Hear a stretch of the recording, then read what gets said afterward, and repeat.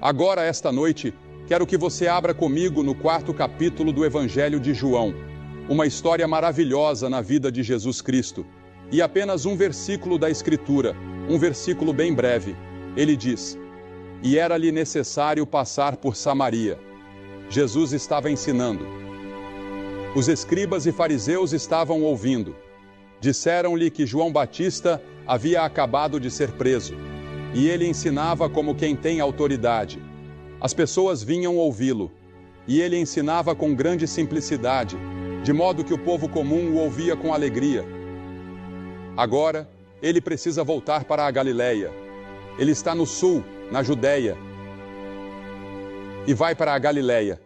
Ele não pega um avião, não pega um ônibus, não entra em um carro.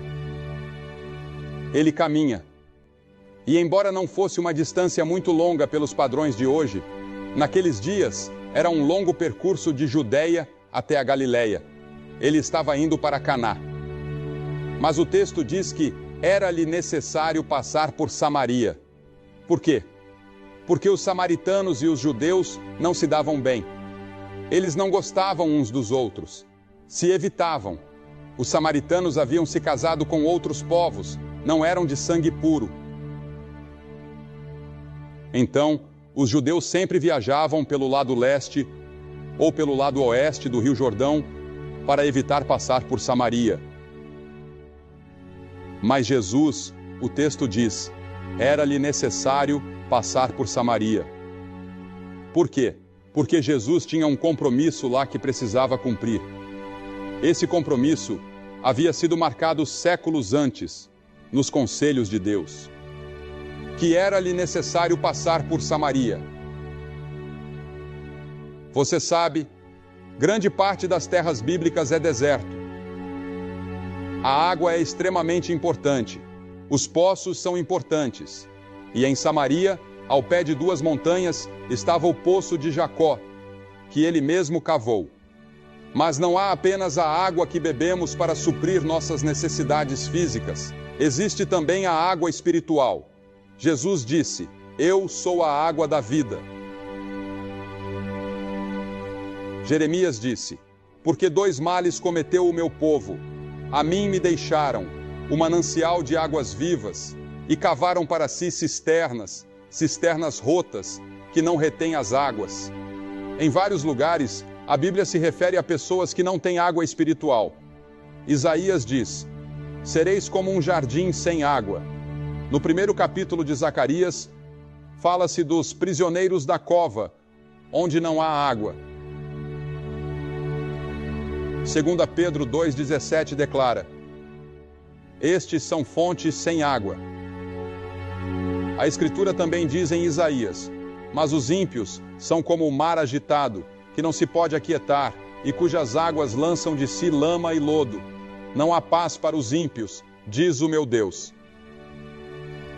As águas são como os nossos próprios corações. Nossos corações estão inquietos e nunca descansam. Eu observo as águas e elas nunca parecem descansar. Estão sempre em movimento, sempre agitadas, e Deus diz que não há paz para aqueles que o rejeitam. Não há paz para aqueles que não vivem para Deus agora. A escassez de água espiritual no mundo de hoje é imensa. As pessoas estão famintas e sedentas. Lemos sobre isso constantemente nos jornais. E as pessoas neste país estão indo para os reservatórios errados, buscando satisfação, procurando algo que somente a água da vida e o pão da vida podem suprir. E essa pessoa é Jesus Cristo, que é a água da vida e o pão da vida. Podemos andar pelas ruas das grandes cidades da América e ver nossos jovens procurando por algo, sem saber o quê. Como aquela garota da Universidade de Harvard. Ela chorou por vários dias. Finalmente, o psiquiatra disse: "Não posso fazer nada por ela." Então chamaram a família. O pai e a mãe vieram e ela finalmente desabafou com o pai. Pai, eu quero algo, mas não sei o que é." Muitas pessoas são assim. Elas estão procurando por algo e recorrem a todo tipo de coisa, seja bebida, sexo, dinheiro, poder ou o que for, tentando encontrar essa resposta. Mas nada disso realmente satisfaz os anseios mais profundos do coração. Elas estão buscando algo que traga satisfação e sacie essa terrível sede espiritual que só Deus pode satisfazer. No Oriente Médio, a água é muito escassa e muitas vezes difícil de obter. Um homem que possui um poço de água, às vezes, está em melhor situação do que aquele que possui um poço de petróleo. Muitas guerras já foram travadas por causa da água. No texto de hoje, Jesus esteve ensinando na Judéia. Agora, ele está passando por Samaria. Era o caminho mais curto. Mas não era o caminho que os judeus daquela época costumavam seguir, porque não tinham relações com os samaritanos. Jesus sabia sobre a mulher que ele iria encontrar. Ele sabia que tinha um compromisso com aquela mulher. Ele queria ensinar aos seus discípulos uma lição sobre relações raciais ou sobre como ganhar pessoas para Cristo. Jesus estava cansado. Ele se sentou junto ao poço de Jacó. Os discípulos tinham ido à cidade comprar comida. Essa mulher chegou. Era quase meio-dia. As mulheres geralmente vinham ao poço à tarde, quando o clima era mais fresco. Mas essa mulher veio sozinha, no meio do dia, quando o sol estava escaldante. Provavelmente por causa de sua reputação, ela era uma excluída social. Ela veio com seu cântaro buscar água. E Jesus lhe pediu um pouco de água para beber. Isso a deixou completamente surpresa, porque samaritanos e judeus nem sequer conversavam entre si. E com certeza, nenhum judeu pediria um favor a um samaritano. Naquele momento, Jesus estava derrubando muitos preconceitos que as pessoas tinham, como o preconceito racial. Uma das maiores necessidades que temos na América é que o Senhor entre em nossos corações e remova o preconceito contra aqueles que não se parecem conosco e que não têm a mesma cor de pele que nós.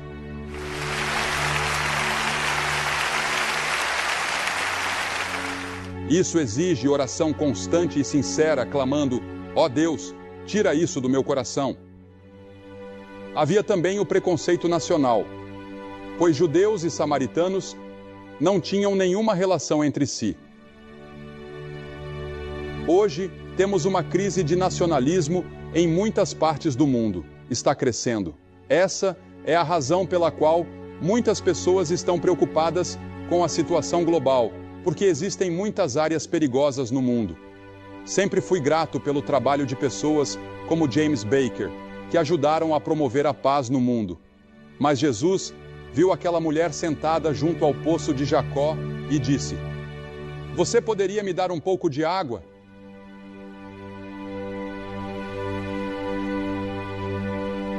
Ela ficou surpresa com tanta tolerância, cortesia e bondade que viu nos olhos dele.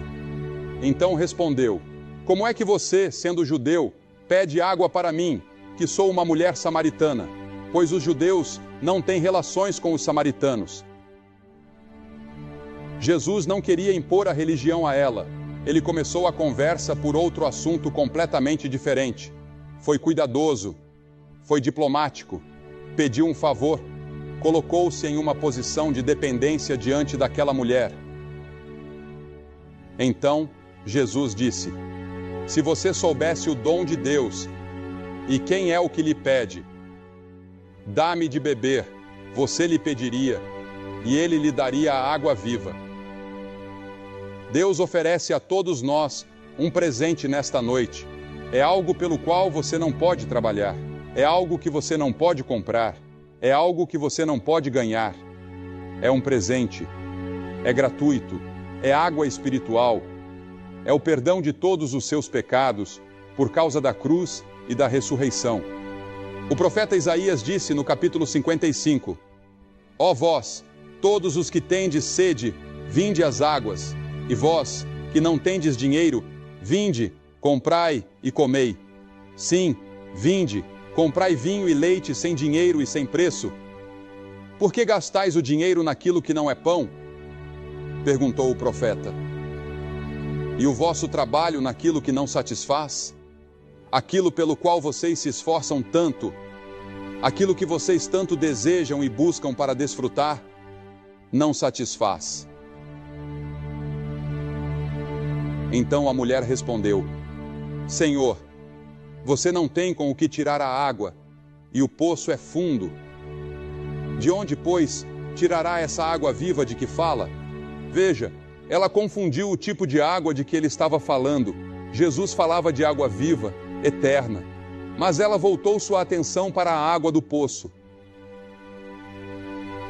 A Bíblia ensina que estamos cegos para as glórias e para a maravilha do amor de Deus e do Evangelho. Em 2 Coríntios 3,14 está escrito: mas os seus entendimentos foram endurecidos. E em 2 Coríntios 4 diz: mas se o nosso Evangelho ainda está encoberto, para os que se perdem está encoberto, nos quais o Deus deste século cegou os entendimentos dos incrédulos, para que não resplandeça sobre eles a luz do Evangelho da glória de Cristo, que é a imagem de Deus. Existe um poder sobrenatural que cega você espiritualmente. Fisicamente, você pode ter a visão perfeita, mas espiritualmente está cego.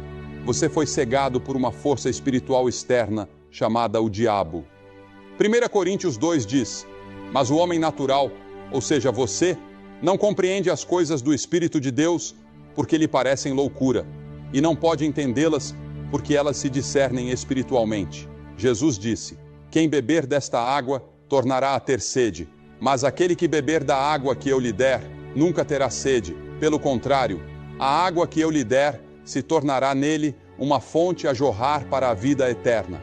Ele te oferece essa água hoje à noite. Sua alma, seu espírito, sua mente estão sedentos por algo mais na vida que você ainda não encontrou? Ah, sim, talvez você tenha sido batizado, talvez tenha sido confirmado na igreja. Você pode ser uma boa pessoa e frequentar a igreja, mas lá no fundo do seu coração, algo está faltando. Não há o preenchimento, a satisfação e a paz que você gostaria de ter e que acredita que Deus pode te dar. O que você deve fazer? Beber da água viva. Jesus oferece essa água viva na cruz. Ele foi até a cruz, como a senhora Baker nos disse tão lindamente há pouco, e lá ele foi espancado e insultado. Mas esse não foi seu verdadeiro sofrimento. Seu verdadeiro sofrimento aconteceu quando ele disse: meu Deus, por que me desamparaste? Naquele terrível, espantoso e misterioso momento, Deus colocou sobre ele os pecados do mundo, os seus pecados e os meus pecados. Tudo de errado que já fiz foi colocado sobre Jesus. Ele tomou o julgamento e o inferno que eu merecia naquela cruz. Jesus estava oferecendo a essa mulher água para sua alma sedenta. Nossas almas estão vazias, solitárias e culpadas. Aquela mulher sentia o vazio de sua própria alma e disse: Senhor, dá-me dessa água para que eu não tenha mais sede. Ela era muito sincera, mas somente a sinceridade não é suficiente. Alguns anos atrás, no Rose Bowl, um homem pegou a bola de futebol americano e todos começaram a gritar. Todos estavam de pé porque o placar estava empatado. Ele correu para fazer um touchdown, mas foi na direção errada e marcou para o outro time. Ele estava muito sincero. Você nunca viu alguém mais sincero do que ele naquele momento. Mas ele estava errado. Você pode ser sincero na sua religião, mas ainda assim estar errado. A Bíblia diz que há um caminho que parece certo ao homem, mas o fim dele é o caminho do juízo e da morte.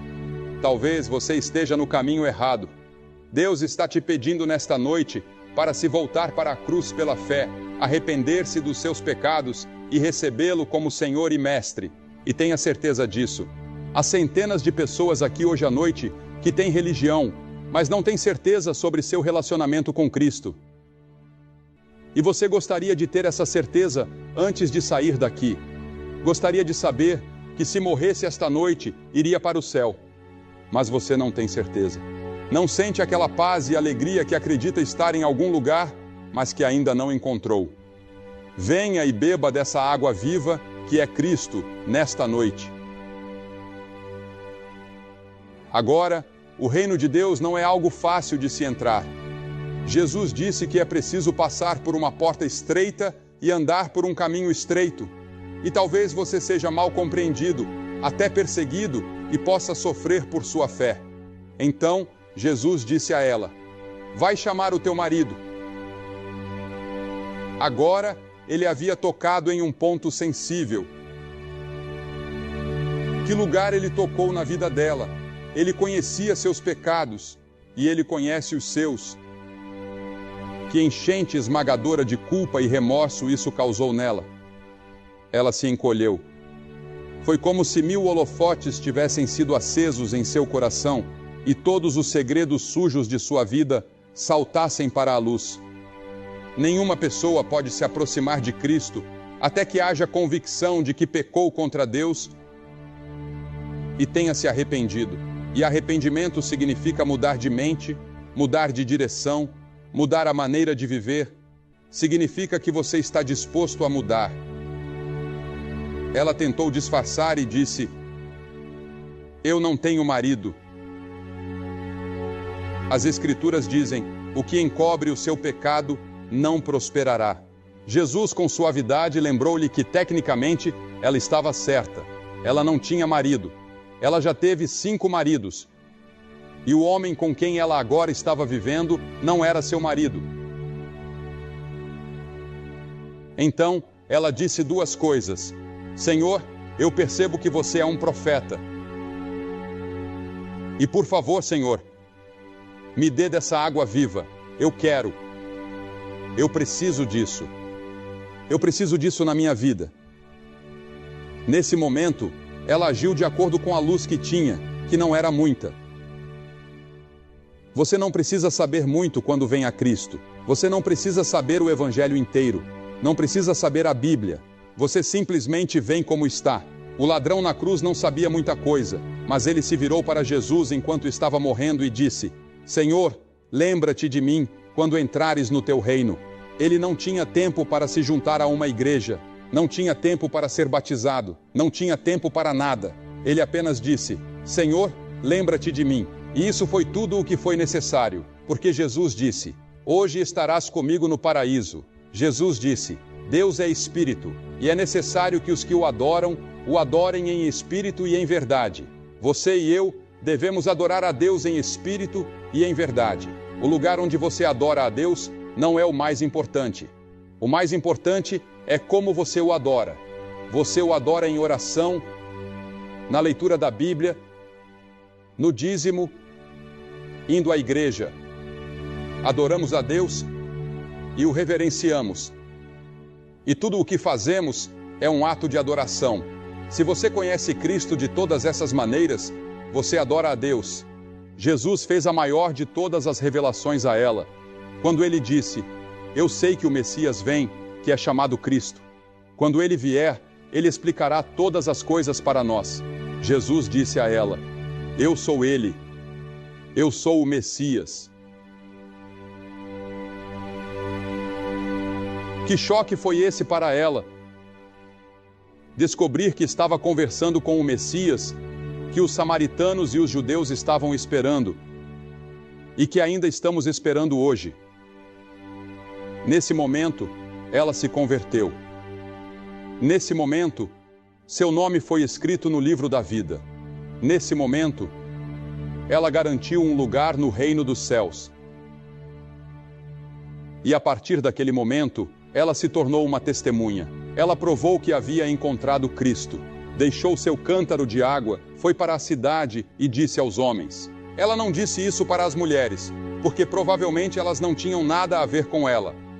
Os homens a conheciam. Então, ela disse aos homens: venham ver um homem que me disse tudo o que eu fiz. Não é este o Cristo que estávamos esperando? E muitos samaritanos daquela cidade creram. Aqui estava uma mulher evangelista, evangelizando entre os homens, contando-lhes sobre Jesus. Ela não tinha muita teologia para contar, ela não sabia o que dizer. Tudo o que ela disse foi: venham e vejam Jesus, e Jesus vai mudar sua vida, assim como ele mudou a minha. Você foi até Jesus dessa maneira? Você veio? Tem certeza de que seus pecados foram perdoados? Você foi até a cruz e disse: Senhor, eu pequei. Eu me arrependo do meu pecado. Estou disposto a mudar minha maneira de viver, e eu venho pela fé. Não entendo tudo, mas pela fé eu te recebo como meu Senhor, meu Mestre e meu Salvador. Vimos centenas de pessoas nessas 2 noites em que estivemos aqui virem, e eu pedi para que as pessoas se colocassem diante do palco. E enquanto elas vinham, estavam vindo e dizendo: Senhor, estou vindo até ti, quero ter certeza do meu relacionamento contigo, quero dessa água viva. Quero dessa água viva na minha própria vida e na minha casa. Eu quero essa água viva no meu trabalho. Eu quero essa água viva em todos os momentos. Estou com sede. Eu preciso de Deus. Preciso ter certeza. Preciso me certificar. Nunca sabemos quando o nosso momento vai chegar, quando teremos que enfrentar a Deus. Vou pedir para você se levantar e vir esta noite para ter certeza do seu relacionamento com Cristo. Se você estiver com amigos ou parentes, eles esperarão por você. E depois que todos vocês vierem, farei uma oração com vocês, direi algumas palavras e darei algumas literaturas que você pode levar para casa e estudar, e isso ajudará você a crescer. Por todo o estádio, lá do topo, nós cronometramos. Leva cerca de 5 ou 6 minutos para você vir. Não deixe a distância te afastar de Cristo, porque você pode nunca mais ter um momento como este. Quando você terá outro momento em Pittsburgh como este, em que poderá vir e fazer um compromisso como este? Jesus disse: se você não estiver disposto a me reconhecer publicamente diante dos homens, eu não o reconhecerei diante do meu Pai, que está nos céus. Há algo em vir à frente publicamente, resolver isso e selá-lo em sua vida. Jesus morreu na cruz publicamente por você. Agora você pode vir publicamente e dizer sim para Ele. Você pode estar sentado aqui, você pode estar lá em cima, você pode estar ali naquela seção do meio. Onde quer que você esteja, Deus está falando com você. Há uma voz que diz que você deve vir até Cristo. Vamos esperar por você enquanto você vem agora a esta água viva.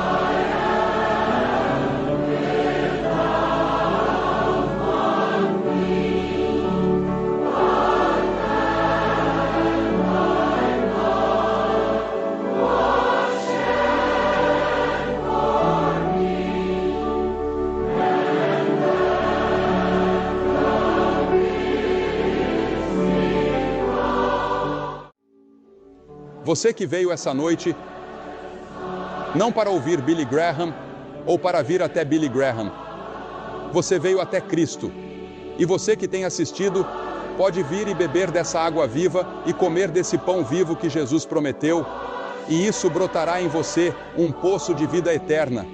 E pode mudar sua vida, mudar sua casa e mudar seu relacionamento com seus vizinhos e amigos. Dê sua vida a Cristo esta noite. Vire-se do seu antigo caminho e diga: Senhor, estou pronto para mudar, mas você vai ter que me ajudar, porque estou fraco demais para mudar. Eu tentei e não deu certo. Senhor, me ajude. Ele vai te ajudar. Ele te ama com um amor eterno, mais profundo do que qualquer amor que você jamais conheceu nesta terra.